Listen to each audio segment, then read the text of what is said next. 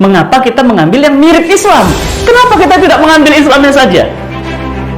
Contoh, kita punya sepatu original, yang satu mirip original. Pilih yang mana? Original atau yang mirip original? Tentu kita akan mengambil yang original. Oleh karena itu kaum muslimin, sahabat cinta Quran yang dirahmati Allah, maka mulai hari ini kita menolak demokrasi karena sama sekali tidak berasal dari Islam, bahkan bertentangan secara diametral dengan Islam.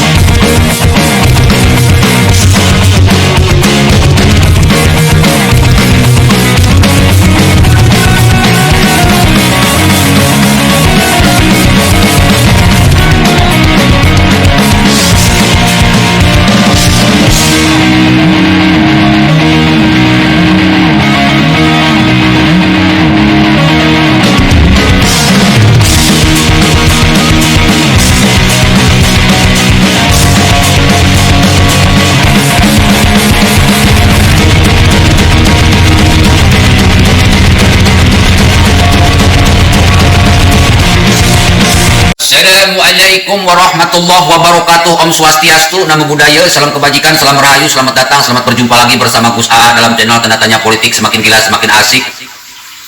Bapak Ibu hadirin pemuda-pemudi sebangsa setanah air dimanapun kalian berada, yang tahu seseorang teroris atau bukan cuma mantan teroris. Ya Bu, teroris itu belum tentu Wahabi. Bisa Wahabi, bisa bukan. Bisa orang NU, bisa bukan. Bisa orang Muhammadiyah, bisa bukan. Bisa orang Persis, bisa bukan. Pokoknya teroris ini dari berbagai macam golongan. Niat mereka cuma satu, menegakkan khilafah, menegakkan syariat Islam versi mereka, Khalifah fil ard. HTI itu teroris, FPI itu teroris, MUI itu teroris, PKS itu teroris. Kelompok yang melakukan teror kepada pemerintahan yang sah itu teroris. Saya sebagai mantan teroris tahu betul siapa itu teroris. Bahkan Rizik Syihab, Bahar Smith, Felix Xiao, Refli Harun, Felix Cincau, Bahar Smith dan kawan-kawan itu mereka teroris. Dan salah satu ciri yang termasyhur dari teroris, mereka benci dengan demokrasi. Kalau ada orang Islam suka dengan demokrasi, menjalankan demokrasi, maka dikatakan Islamnya Islam yang tidak original, Islam palsu. Karena tidak ada dalam Al-Quran, tidak ada dalam hadis demokrasi itu. Yang ada itu Khalifah fil ard, menegakkan khilafah. Kalau Islam yang asli itu katanya anti demokrasi, tetapi pro khilafah.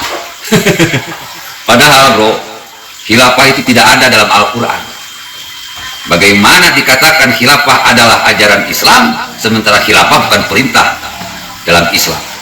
Perintah dalam Islam cuma 5. Syahadat, sholat, zakat, puasa, haji, selesai. Nggak ada khilafah. Nah ini salah satu ciri teroris itu ya. Mereka benci kepada demokrasi. Mereka anti demokrasi. Untuk mengganti demokrasi dengan khilafah, mereka hancurkan demokrasi. Kalau sudah anti demokrasi berarti anti Pancasila. Berarti anti UUD 1945. Berarti anti semua sistem yang ada di Indonesia. Mereka pelajari Pancasila untuk hancurkan Pancasila. Mereka pelajari UUD 1945 untuk hancurkan UUD 1945. Mereka pelajari sejarah Indonesia untuk hancurkan sejarah nasional Indonesia. Mereka pelajari kebudayaan, adat istiadat bangsa Indonesia untuk hancurkan kebudayaan dan adat istiadat bangsa Indonesia. Nah dalam video barusan itu sebagai bukti bahwa pemerintah harus serius. Ancaman sudah di depan mata bro. Orang NU, Muhammadiyah, Persis harus serius. Ancaman sudah di depan mata. Ini bukan bohongan, ini beneran. Terorisnya sudah nampak, sudah muncul. Kalau sudah anti demokrasi, udah mereka teroris. Teroris Suriah, teroris Libya, teroris Irak, teroris Yaman, semuanya benderanya sama. Bendera Ali wa Ar-Roya yang hitam putih itu. Tujuan mereka sama, khilafah, ingin mempersatukan umat Islam. Tujuan mereka sama, ingin menegakkan syariat Islam. Lalu kenapa mereka tidak tersentuh hukum yang ada di Indonesia? Kenapa pemerintah tidak serius memerangi mereka? Kita punya Menhan yang katanya lebih TNI daripada TNI. Mana buktinya? Cencai, lembek, lemah. Jadi Menhan aja udah lemah kalau jadi presiden. Ini di video tersebut sudah nyata. Mereka sekarang tidak menggunakan cara-cara demo lagi dengan berjilid-jilid. Enggak, sekarang mereka lebih soft, lebih safety. Bahkan mereka sekarang sedang mempengaruhi NU, mendekati NU agar suaranya terpecah demi Pilpres 2024.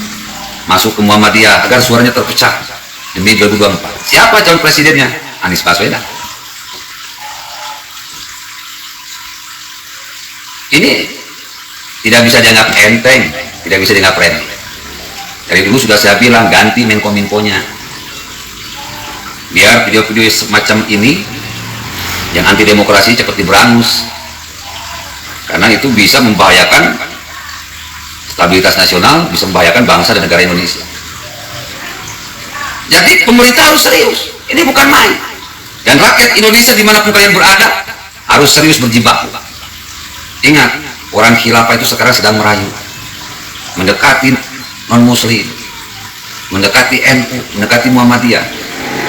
Mereka nggak perlu banyak, yang penting nanti di 2024 di atas 50%. Mereka berkuasa, pegang senjata, habislah Indonesia. Makanya dukung pengajian Pancasila. Gus AA punya otak, kalian punya dana. Yang namanya perjuangan pasti butuh dana. Support Gus AA dengan dana untuk menghancurkan kelompok-kelompok khilafah yang anti demokrasi, Pancasila, nasionalisme, UUD 1945. Pemikiran sesat harus dilawan dengan pemikiran yang cerdas. Kalau pemerintah tidak sanggup, rakyat harus sanggup. Kalau pemerintah tidak serius, rakyat yang harus serius.